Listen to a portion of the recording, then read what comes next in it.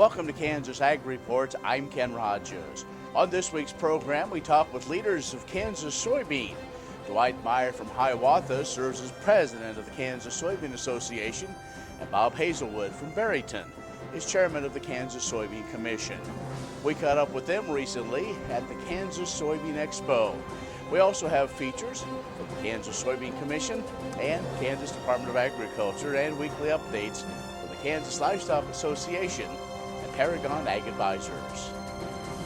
Kansas Ag Report brought to you in part by the Kansas Soybean Commission, the Soybean Checkoff, progress powered by Kansas farmers. Kansas Farm Bureau, a grassroots ag organization representing the state's farm and ranch families since 1919, kfb.org. And the Kansas Wheat Commission, lending in the adoption of profitable innovations from wheat, online at kswheat.com.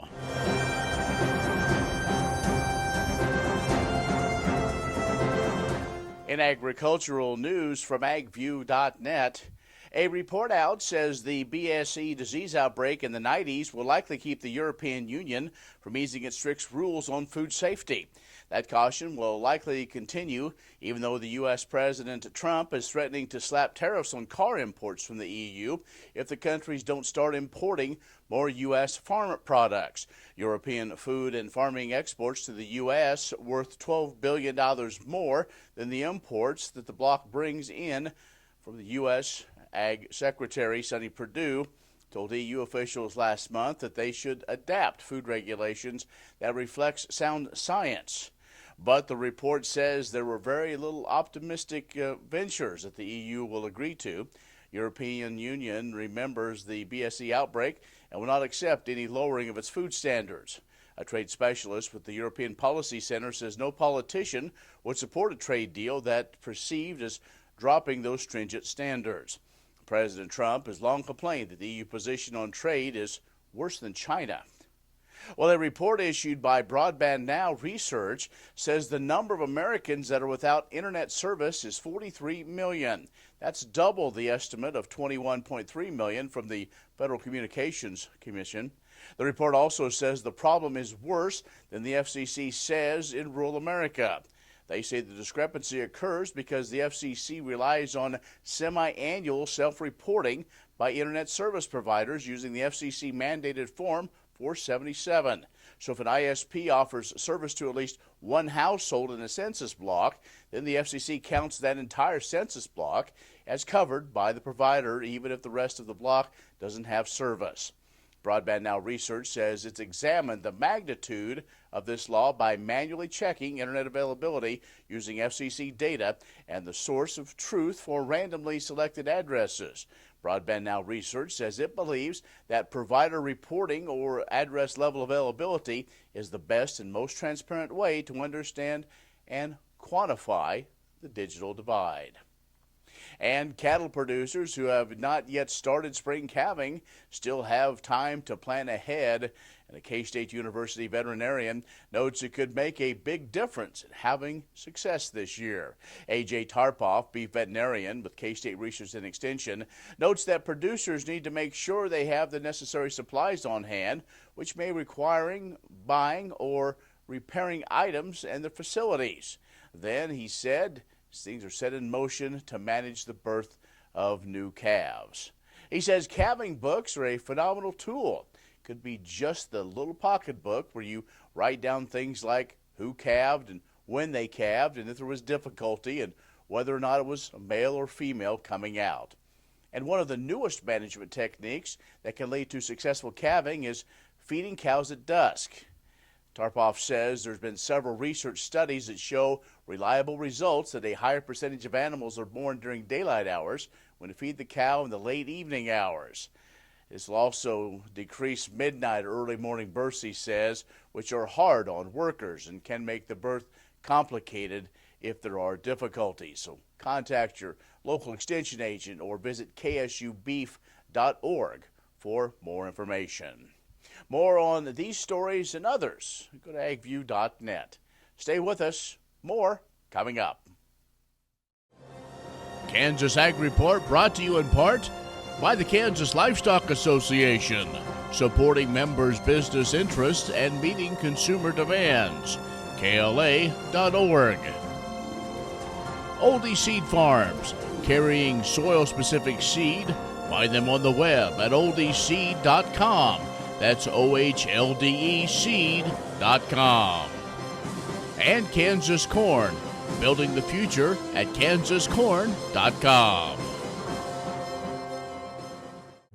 Many seed companies claim to offer the latest genetics, but how many have tested those genetics in soils just like yours? The Oldie Seed Know to Grow research program has fully tested the latest seed genetics in soils that are right in your neighborhood. The Oldie Seed Know to Grow program can recommend the best performing hybrids from technologies like Enlist, Extend, and LibertyLink that will optimize the yield and profit of every acre on your farm. Contact Oldie Seed today. Kansas Corn reminds you that E15 fuel is the right choice for every kind of driver. For the car enthusiast, E15 has higher octane. For the thrifty driver, E15 is priced lower than regular unleaded. For the nature lover, E15 provides cleaner air. For the shopper who buys local, E15 has more ethanol from our Kansas corn farms. Choose E15 for a higher octane, lower price, cleaner American fuel. Message from the Kansas Corn Commission. Learn more at kscorn.com.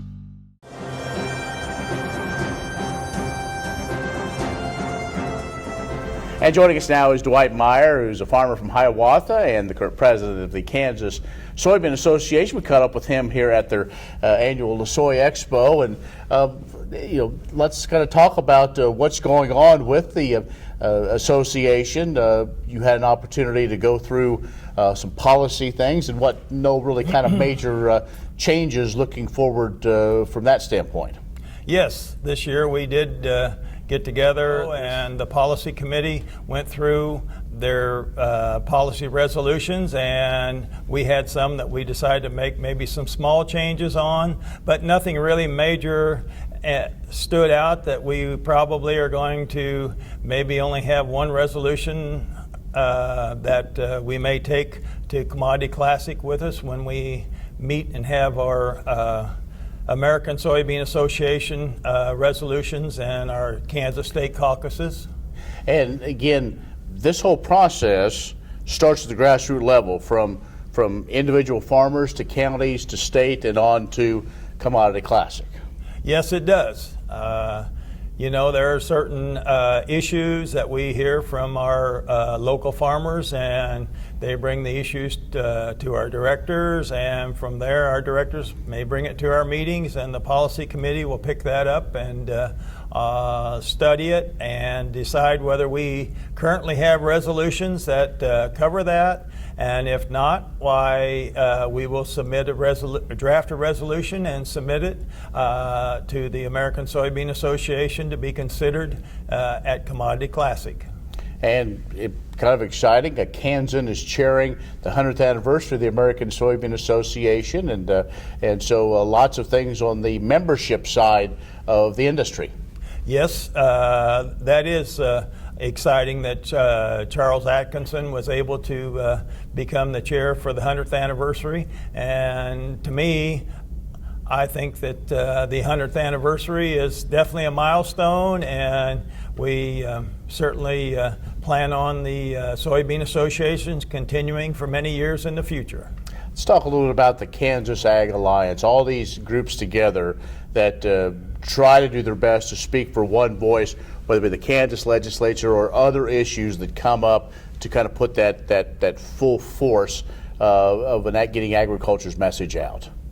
That has really changed. I have served on this board for 13 years, and when I began, I had the feeling that we were all somewhat going separate directions, and the four major commodity grain groups have came together and worked on a number of issues, and we've done it jointly, and then we've also had different livestock groups. Then there are various others, grain and feed, conservation districts that have all gotten together and worked on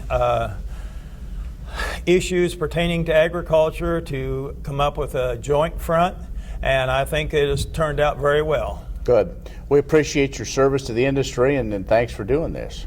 Thank you.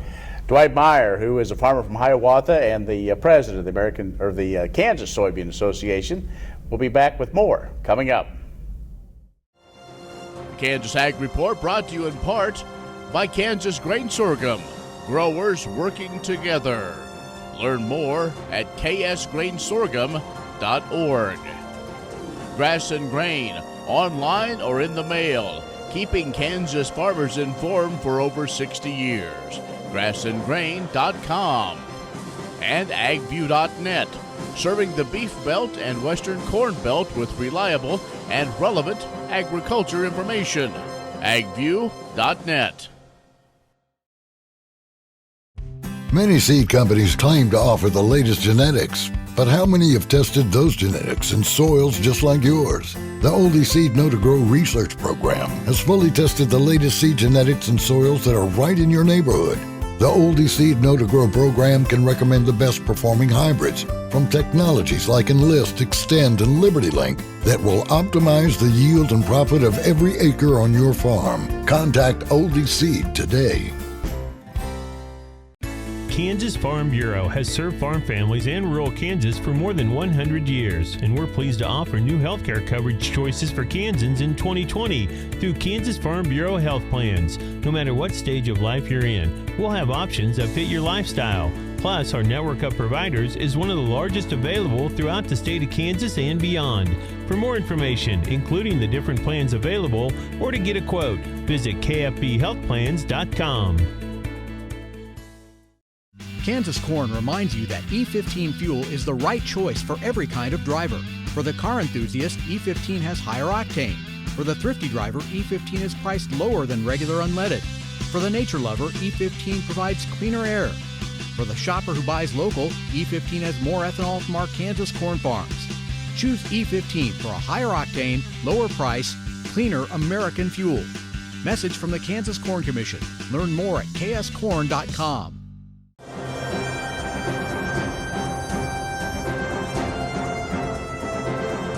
And joining us now is Bob Hazelwood, who is the chair of the Kansas Soybean Commission. He's a farmer from Barrington, of course, in Shawnee County. And so caught up with him here at the conclusion of the Kansas Soy Expo. And we've talked with the association side. Now the commission side, that's the checkoff dollars. And so we wanted to kind of give an update on what's going on there.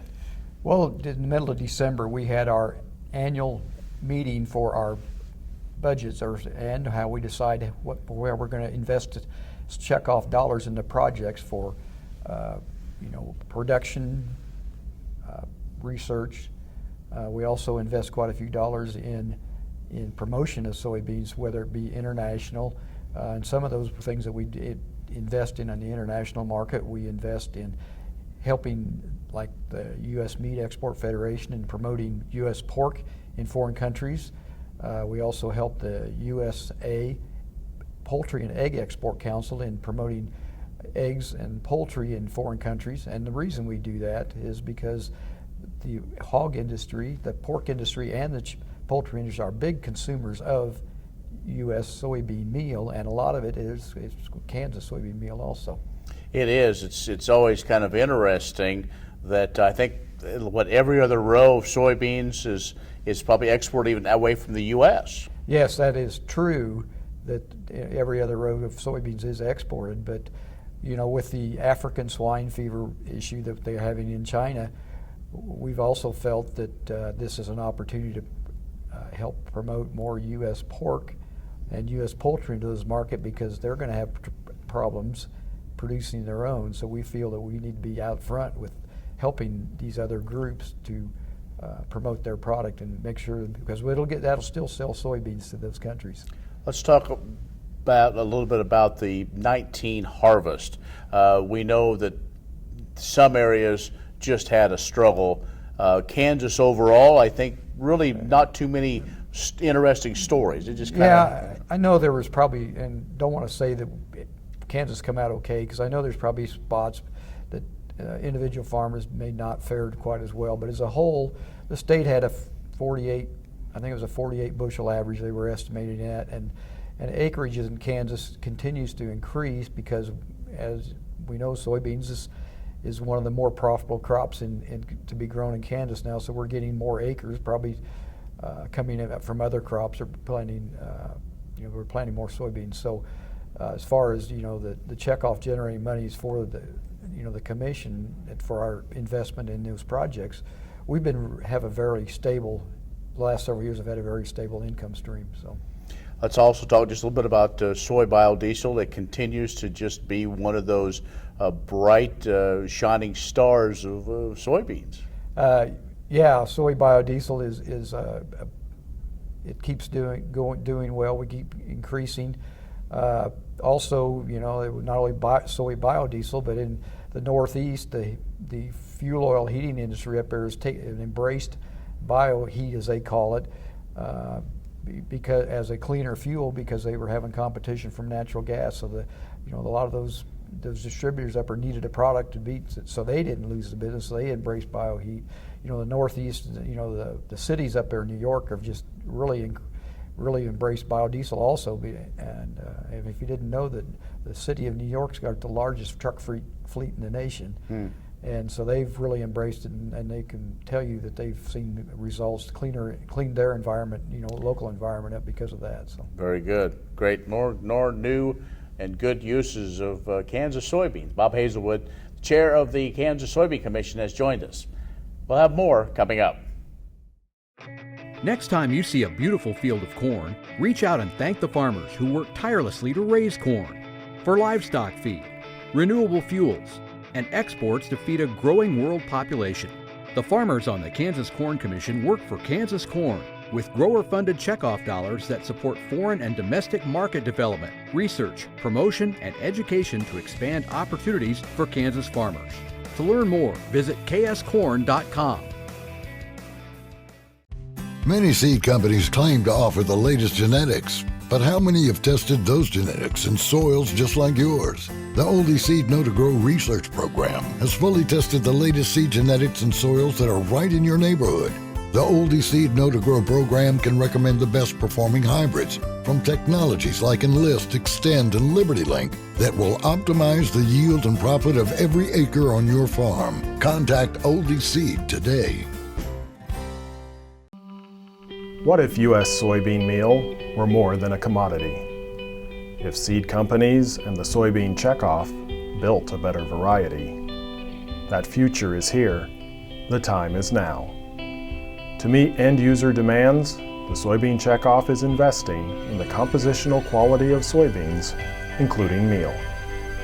A message from the Kansas Soybean Commission, the Soybean Checkoff, progress powered by Kansas farmers.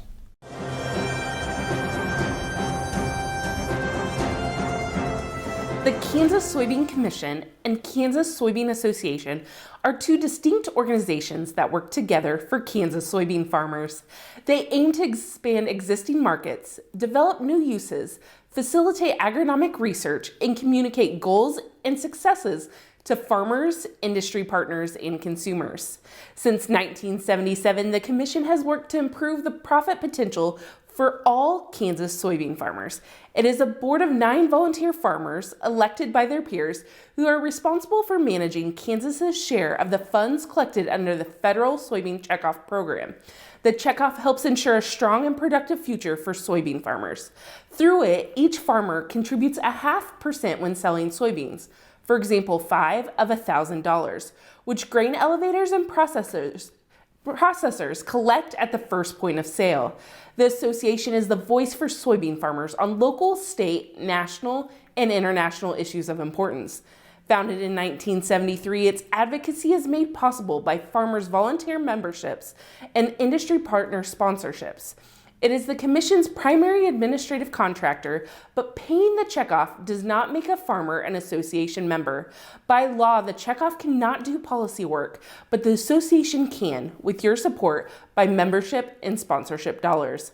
Learn more at kansassoybeans.org.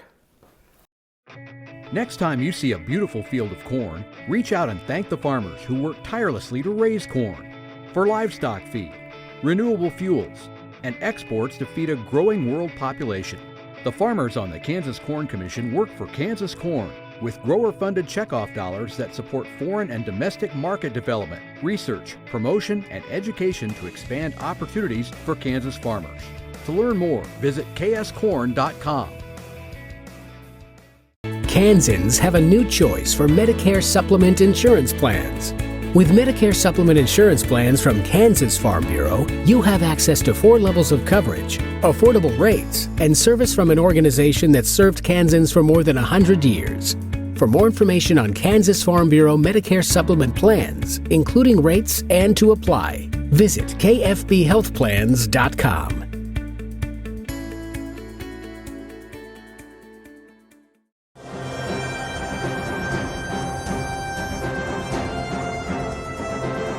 We know that agriculture is the largest industry, employer, and economic contributor in Kansas. So it's clear that economic development in the state is closely tied to growth in the agriculture industry.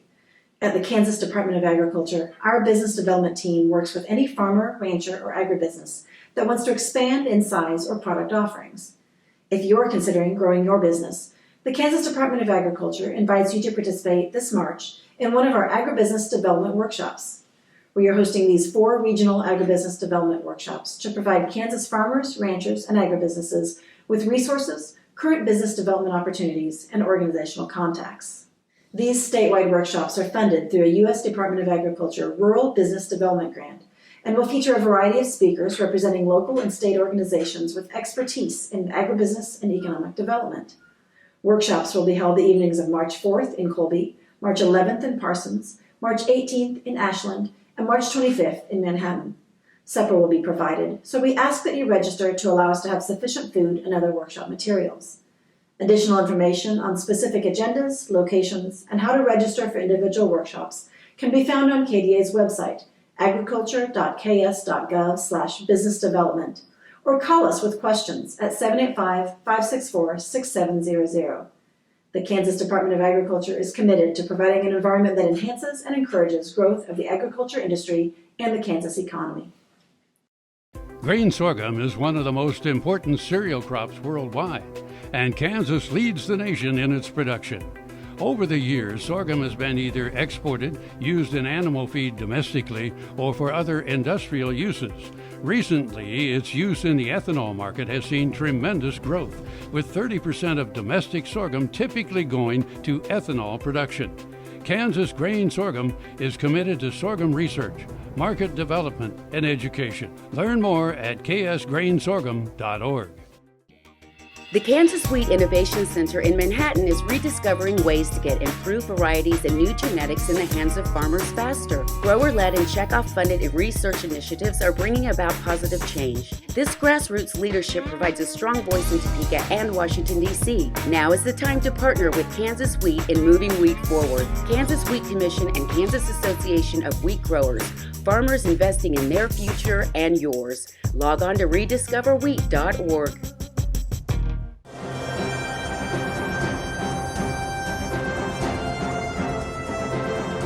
The keynote speakers at the 107th Kansas State University Cattlemen's Day, March 6, will provide a global perspective of the cattle and beef industries.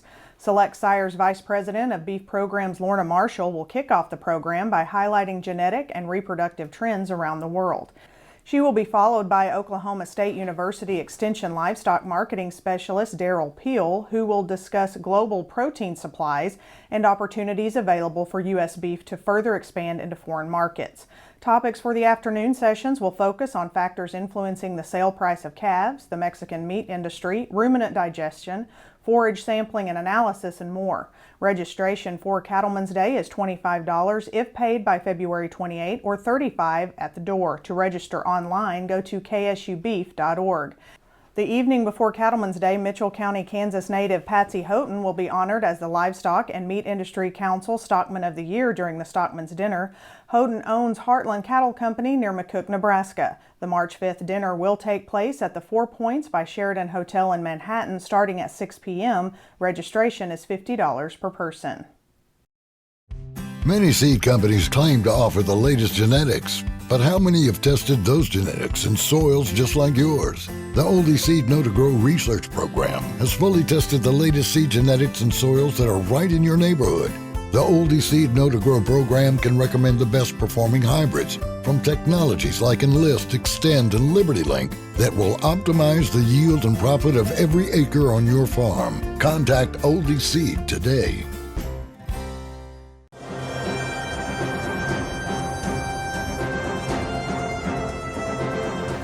Hi everyone, Zach Otot here with Paragon Ag. After an extended weekend, the ag market seemed to have gotten a much needed rest as we opened the trading week higher on Tuesday.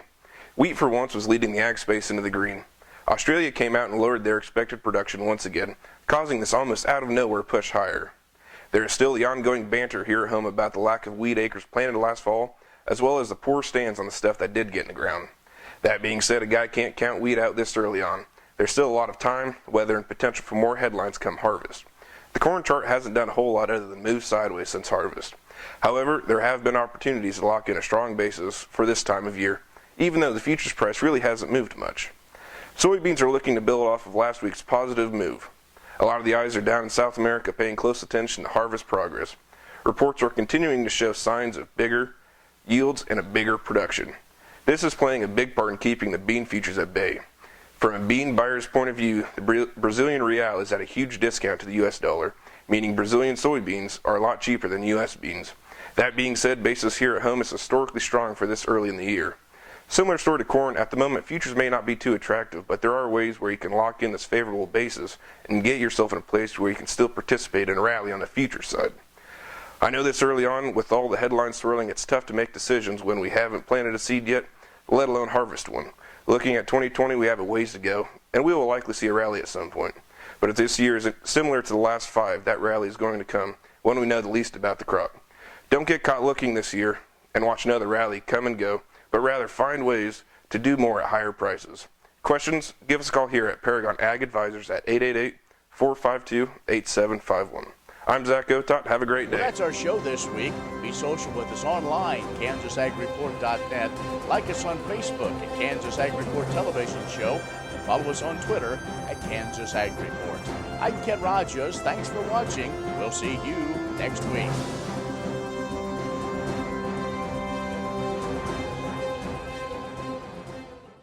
Sure Crop Fertilizers was started by my father, Don Sherman, and my mother, Shirley Sherman.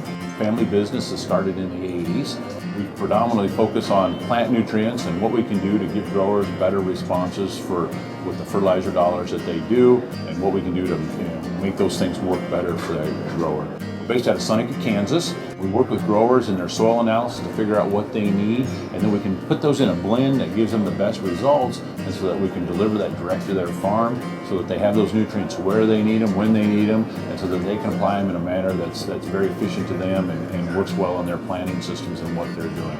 Sure Crop Fertilizers has been around for a long time. We always say we're big enough to take care of everything you need, but we're small enough to do it quickly. You can get a hold of us at 1-800-635-4743. Our website is surecropfertilizers.com, and you can always email me at Corey@surecropfertilizers.com, and with any questions you have, we're glad to answer and work with you.